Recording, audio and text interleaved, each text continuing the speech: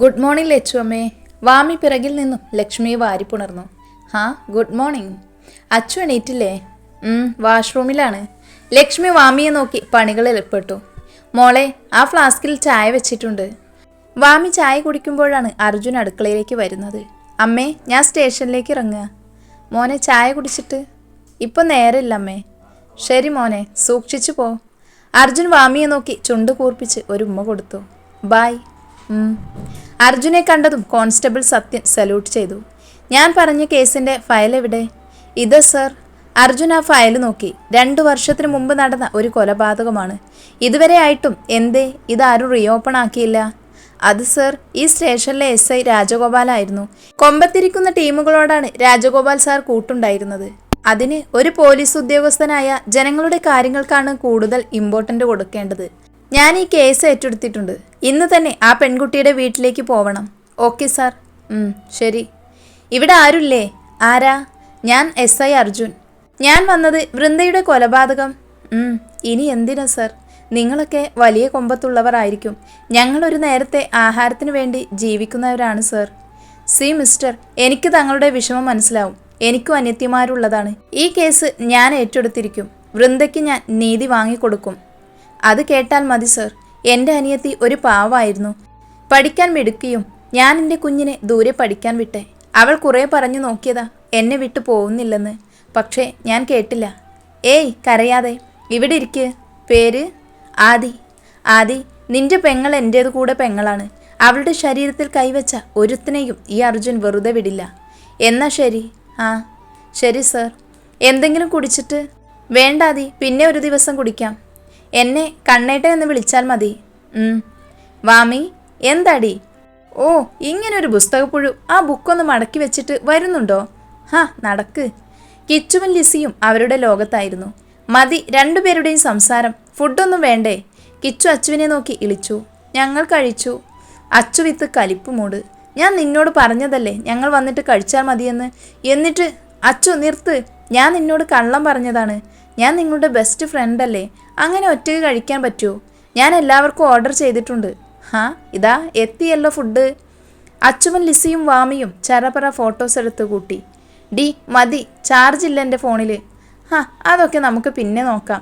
അച്ചു പിറകിലേക്ക് നീങ്ങിയതും താഴേക്ക് വീഴാൻ പോയി. പറന്നുയരുന്ന കിച്ചുവിൻ്റെ ഫോൺ നോക്കി കിച്ചു ഒന്ന് ഞെട്ടി. അയ്യോ, എൻ്റെ ഫോണ്. ഇല്ലടാ, നിന്റെ ഫോണിന് ഒന്നും പറ്റിയിട്ടില്ല. തെണ്ടി. താങ്ക്സ്. വാ, ഫുഡ് കഴിക്കാം. ഫുഡ് കഴിച്ചു കഴിഞ്ഞ് അവർ ക്ലാസ്സിലേക്ക് പോയി. ലാസ്റ്റ് പീരീഡ് ആയിരുന്നു. അച്ചുവിൻ്റെ പാതി ഉറക്കം കഴിഞ്ഞു. എണീക്ക്. വാമി, നീ ഇവിടെ നിൽക്ക്. ഞാനൊന്ന് വാഷ്റൂമിൽ പോയി വരാം. ഹേയ് അശ്വതി, ഒന്നവിടെ നിന്നേ. അച്ചു തിരിഞ്ഞു നോക്കി. അശ്വതി, നിന്റെ ഈ സൗന്ദര്യത്തിൽ ഞാനങ്ങ് മയങ്ങി. എനിക്കിപ്പോൾ നീ ഇല്ലാതെ പറ്റുന്നില്ല. അതുകൊണ്ട് ഞാൻ നിന്നെ... വൈശാഖ അച്ചുവിനെ മൊത്തത്തിലൊന്ന് ഒഴിഞ്ഞു നോക്കിക്കൊണ്ട് പറഞ്ഞു. നീ ഇന്ന് എൻ്റേതാവാൻ പോവുകയാണ്. വാടി ഇങ്ങോട്ട്. ഈ അച്ചു എന്താ വരാത്തത്? വാമി, എന്താ ഇവിടെ? അത് അച്ചു വാഷ്റൂമിൽ പോയിട്ട് ഇതുവരെ വന്നിട്ടില്ല. വാമി, നീ പേടിക്കണ്ട. മോളൊന്ന് ചെന്ന് നോക്ക്. വാമി വാഷ്റൂമിലേക്ക് നടന്നു. അവൾക്ക് ആ നിമിഷം പേടി തോന്നി. വിടടോ, ആരെങ്കിലും ഉണ്ടോ? Please help me. ഒച്ച വെക്കല്ലടി. ഒച്ച വെച്ച നിന്നെയുണ്ടല്ലോ. അച്ചു വൈശാഖിനെ തള്ളി മാറ്റി ഡോറ് തുറക്കാൻ നോക്കിയതും വൈശാഖ് അച്ചുവിൻ്റെ കയ്യിൽ കയറി പിടിച്ച് ചുമരിലേക്ക് ചേർത്ത് പിടിച്ചു. എന്താടി, രക്ഷപ്പെടാൻ നോക്കുകയാണോ മോള് വിചാരിക്കുന്നത്? ഈ വൈശാഖിൻ്റെ മുന്നിൽ ഒരു പെണ്ണ് വന്നിട്ടുണ്ടെങ്കിൽ അവളെ ഈ വൈശാഖ് സ്വന്തമാക്കിയിട്ടേ പറഞ്ഞയക്കൂ. അച്ചുവിൻ്റെ മുഖത്തേക്ക് വൈശാഖ് മുഖം അടുപ്പിച്ചതും വാതിൽ തള്ളി തുറന്ന് ഒപ്പമായിരുന്നു. ജോണിനെ അവിടെ കണ്ട വൈശാഖ് ഒന്ന് പേടിച്ചു. കഴിഞ്ഞ പ്രാവശ്യം അച്ചുവിനെ ഇതേപോലെ ചെയ്തപ്പോൾ ജോൺ വൈശാഖിന് വാണിംഗ് കൊടുത്തതാണ്. വാമി. ജോണിൻ്റെ പിറകിൽ വാമിയെ കണ്ടതും അച്ചു വാമിയെ പോയി കെട്ടിപ്പിടിച്ചു. അച്ചു, നിനക്കെന്തെങ്കിലും പറ്റിയോ? ഇല്ല.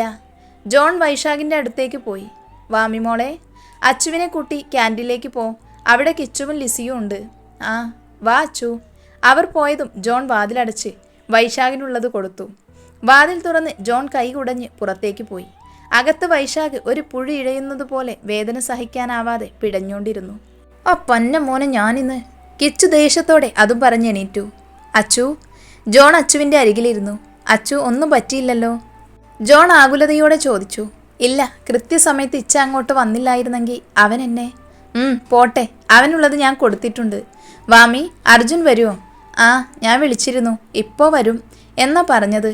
അച്ചു ജോണിനെ നോക്കി. താങ്ക്സ്. എന്താ രണ്ടുപേരുടെയും മുഖം വല്ലാണ്ടിരിക്കുന്നത്? കാർ ഓടിക്കുമ്പോൾ അർജുൻ ചോദിച്ചു. അത് കണ്ണേട്ടാ. വാമി കോളേജിൽ നടന്നത് മുഴുവൻ അർജുനോട് പറഞ്ഞു. അവനിപ്പോൾ എവിടെ? ആശുപത്രിയിൽ. പിന്നെ അമ്മയോട് ഇതൊന്നും പറയണ്ട കേട്ടോ. ആ ഞാനിപ്പോൾ വരാം. കണ്ണേട്ടാ ഒന്നിനും പോവേണ്ട. കണ്ണേട്ടൻ എന്തെങ്കിലും ചെയ്താലോ? വാമി പേടിയോട് അർജുനോട് പറഞ്ഞു. എൻ്റെ വാമിക്കുട്ടി പേടിക്കണ്ട, ഞാൻ അവനെ ഒന്ന് വിശദമായി കണ്ടിട്ട് വരാം. വാമിയുടെ കവിളിൽ ഒന്ന് മുത്തിക്കൊണ്ട് കാറിൽ കയറി അവൻ പോയി. ഏട്ടനും അനിയനും ഇവിടെ എന്തെടുക്കുവാ? അർജുൻ പരിഹാസത്തോടെ ചോദിച്ചു. ഡാ നീ എൻ്റെ അനിയനെ. Cool, B cool. ഞാനല്ല, എൻ്റെ ഫ്രണ്ട് ജോണാണ് അവനെ പെരുമാറിയത്. അല്ലേ വൈശാഖേ? ഒരു പ്രത്യേക ഇനത്തിൽ അർജുൻ ചോദിച്ചു. എൻ്റെ പെങ്ങളുടെ ശരീരത്തിൽ തൊട്ടവനെ പിന്നെ മാലയിട്ട് പൂജിക്കണോ? ഇനി മേലാൽ എൻ്റെ അനിയത്തിയുടെ പിന്നാലെ ശല്യപ്പെടുത്തി വന്ന ഈ അർജുന് രണ്ടുപേർക്കും അറിയില്ല. സ്റ്റേഷനിലേക്ക് കൊണ്ടുപോയി ഇടിക്കാൻ അറിയാത്തത് കൊണ്ടല്ല, ഇനി ഇവനെ എന്തെങ്കിലും ചെയ്ത ചാവും. അതുകൊണ്ട് മാത്രമാണ് ഞാൻ വെറുതെ വിടുന്നത്. കേട്ടല്ലോ? പോട്ടെ ഇന്ദ്ര. സ്ലോ മോഷനിൽ പോകുന്ന അർജുനെ നോക്കി ഇന്ദ്രൻ പല്ലിരുമ്പി. വിടില്ലടാ ഞാൻ. നീ എൻ്റെ അനിയൻ്റെ ദേഹത്തെ കൈവച്ച് വിടില്ല ഞാൻ. ഒന്നിനെയും വിടില്ല. ഈ ഇന്ദ്രനാ പറയുന്നേ. മോളെ വാമി, അവൻ വരും മോളെ. കിടക്കാൻ നോക്ക്. പുറത്ത് നല്ല മഞ്ഞുണ്ട്. ലച്ചുമ്മ കിടന്നോ? ഞാൻ പിന്നെ കിടന്നോളാം. ലക്ഷ്മി റൂമിൽ നിന്നും പുതപ്പെടുത്തുകൊണ്ട് വാമിയെ പുതപ്പിച്ചു. കുറെ കഴിഞ്ഞതും അർജുൻ കാറിന്റെ ഡോർ അടച്ച് കീ കറക്കി അകത്തേക്ക് കയറി. സോഫയിൽ കിടന്നുറങ്ങുന്ന വാമിയുടെ അടുത്തേക്ക് അർജുൻ ചെന്നു. വാമി മോളെ. ആ കണ്ണേട്ടൻ വന്നോ? എന്താ ലേറ്റായത്? കണ്ണേട്ടൻ ലേറ്റായപ്പോൾ ഞാൻ ഒത്തിരി പേടിച്ചു. അങ്ങനെ എൻ്റെ വാമി പേടിക്കണ്ട, എനിക്കൊന്നുമില്ല. വാമി വന്നേ, വിശക്കുന്നു. അച്ചു എവിടെ? ഞാൻ ദേ ഇവിടെയുണ്ട്. ചുണ്ടിൽ പറ്റിയ ഐസ്ക്രീം തുടച്ചുകൊണ്ട് അച്ചു അർജുനെ നോക്കി. കണ്ണേട്ടാ വേണോ? മോള് തന്നെ കഴിച്ചോ. വേണ്ടെങ്കിൽ വേണ്ട. അച്ചു മാറിയിരുന്ന് ഐസ്ക്രീം നുണഞ്ഞു. വാമി ഇവളെ തന്നെയല്ലേ ആ വൈശാഖ് ഉപദ്രവിക്കാൻ നോക്കിയത്? വാമി ചിരി കടിച്ചു പിടിച്ച് ആ എന്ന് പറഞ്ഞു. അതെ, ഒന്ന് മാറോ, എനിക്ക് പഠിക്കാനുണ്ട്. വാമി നീ വരുന്നുണ്ടോ? ആ ദേ വരുന്നു.